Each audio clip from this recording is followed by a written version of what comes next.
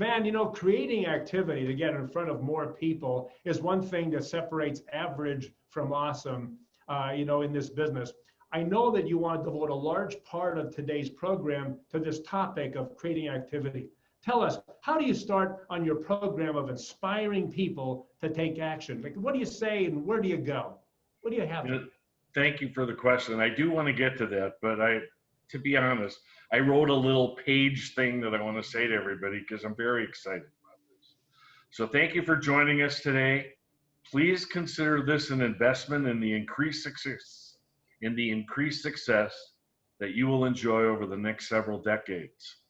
We are charging for this because you will have forever access to this meeting and accompanying documents.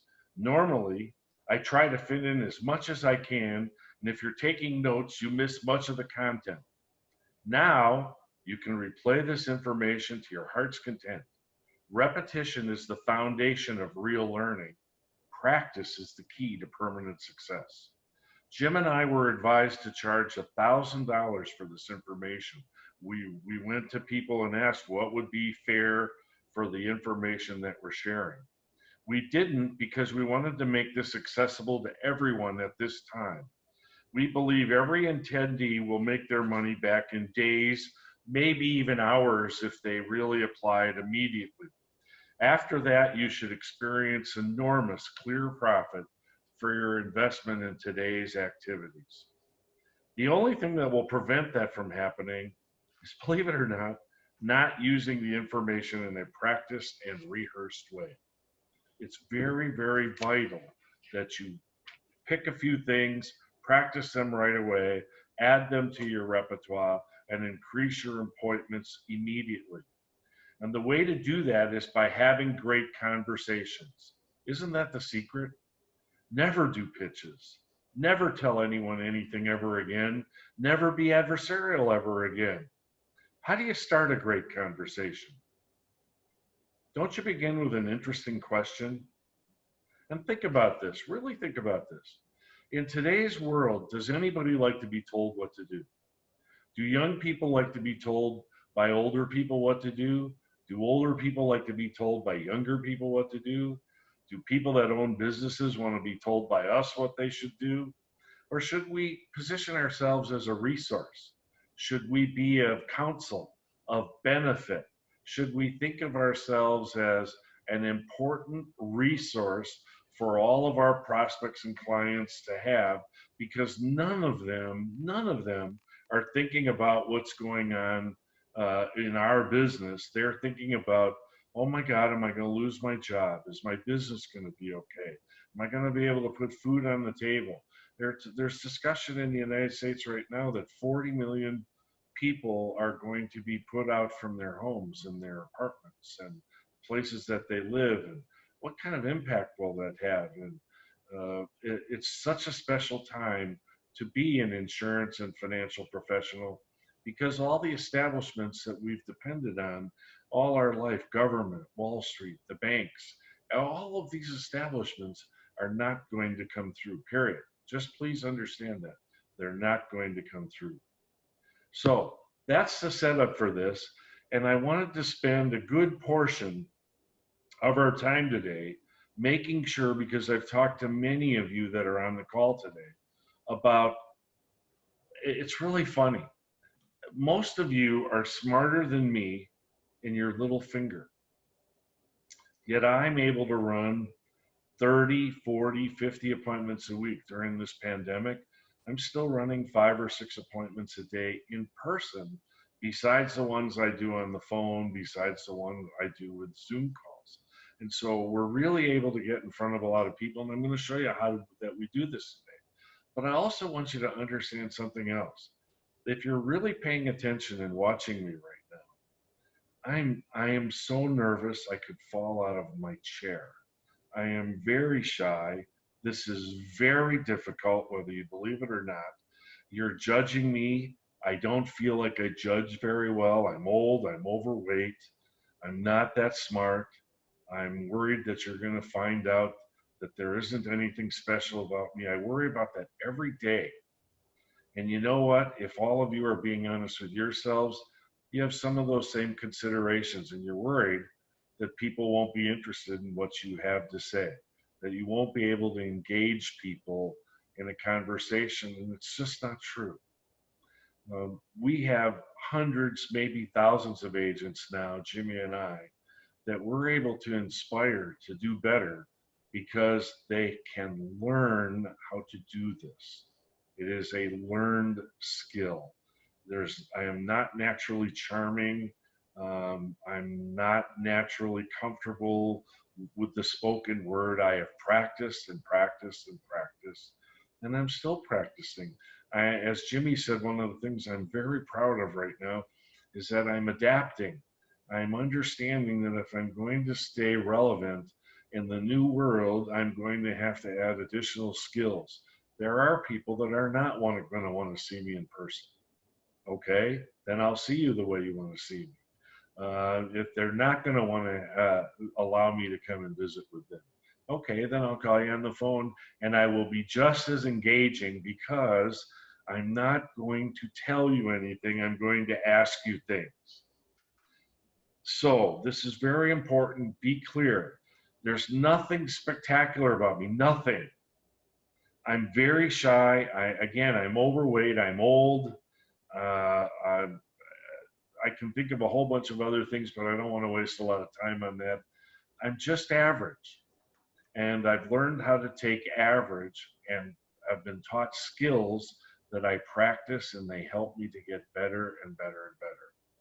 So, enough of that. How do you create activity? And one of the things Jimmy has provided with you in the notes that he's given you is he says, listen to this. It struck me because I've never thought of it this way, and I only read this yesterday.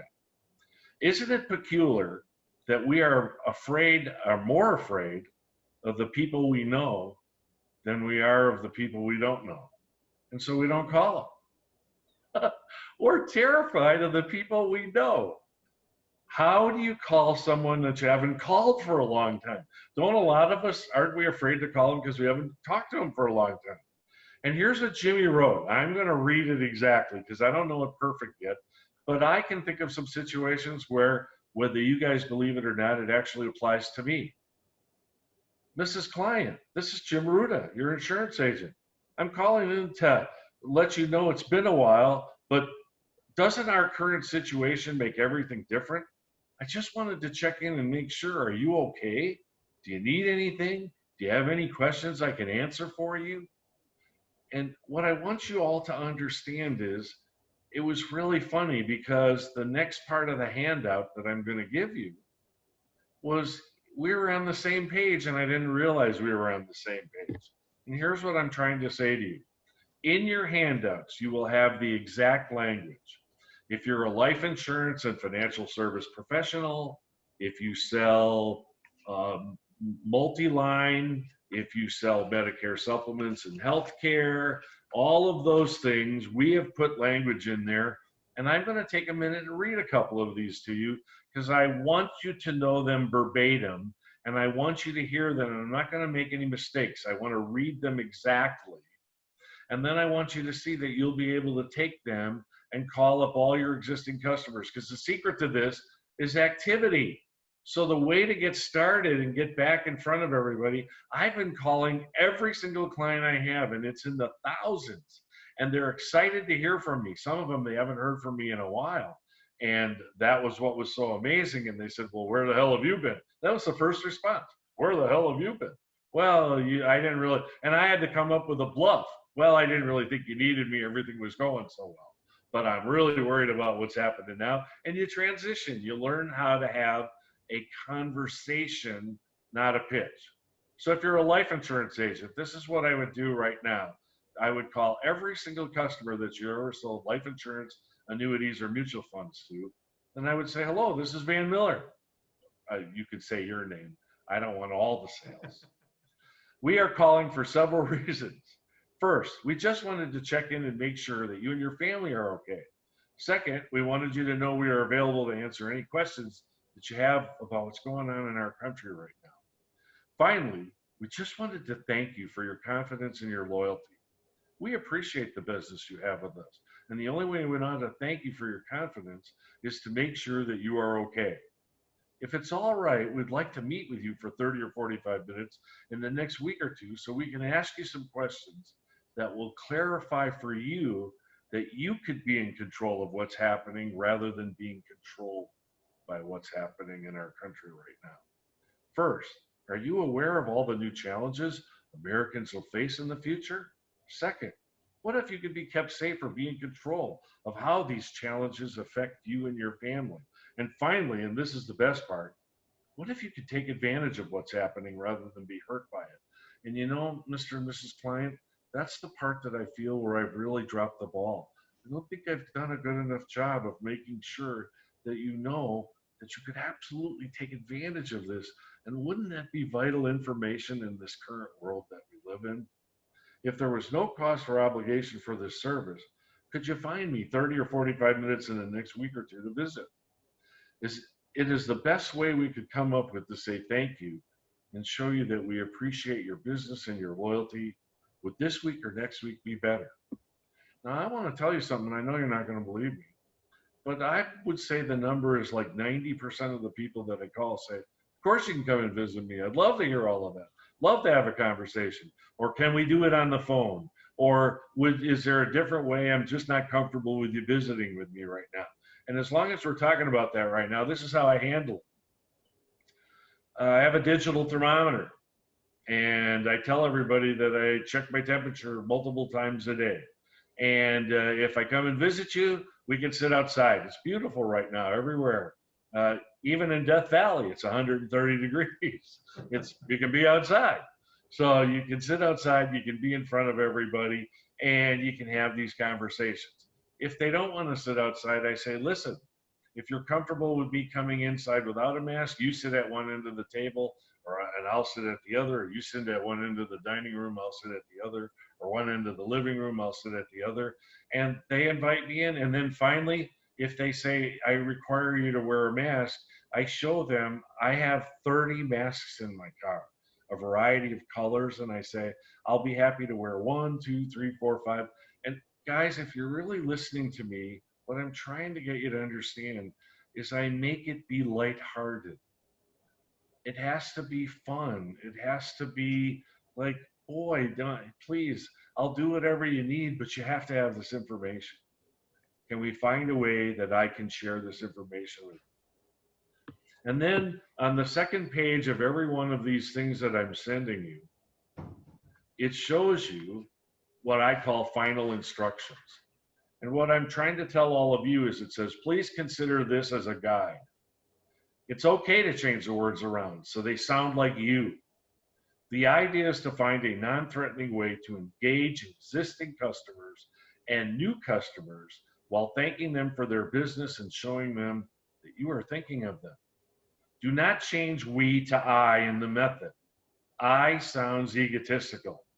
We sounds like a team working on their behalf. If you practice this, it will become conversational in a very short amount of time, and you will be able to get an appointment with most people because it will not seem like you were trying to sell them something. It will seem like you were trying to provide additional service. The questions will help customers reason out using their common sense whether they should take any additional action. This is important. You do not sell product.